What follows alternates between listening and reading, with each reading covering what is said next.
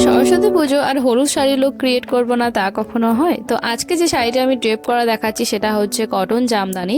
তো এই শাড়িটাকে আমি লোকাল মার্কেট থেকে 200 টাকায়, মাত্র 200 টাকায় কিনেছি। And I just love this sari. Saraswati পুজোর জন্য আমি শুধু হলুদ কালারটাই নিয়ে এসেছিলাম, কিন্তু আরও অনেক কালার অপশন অ্যাভেলেবেল ছিল।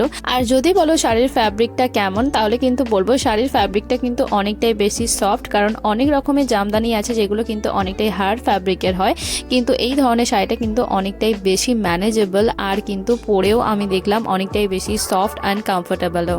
যেহেতু এবছরে সরস্বতী পুজোটা এমন টাইমে পড়েছে যে টাইমে কিন্তু ভালোই ঠান্ডা থাকবে, তো সেই জন্য আমি এই শাড়িটা একটা ফুল স্লিভ ব্লাউজের সাথে পেয়ার আপ করেছি, আর একটা মাল্টি কালার চোকার পরে পুরো লুকটাকে আমি কমপ্লিট করে নিয়েছি।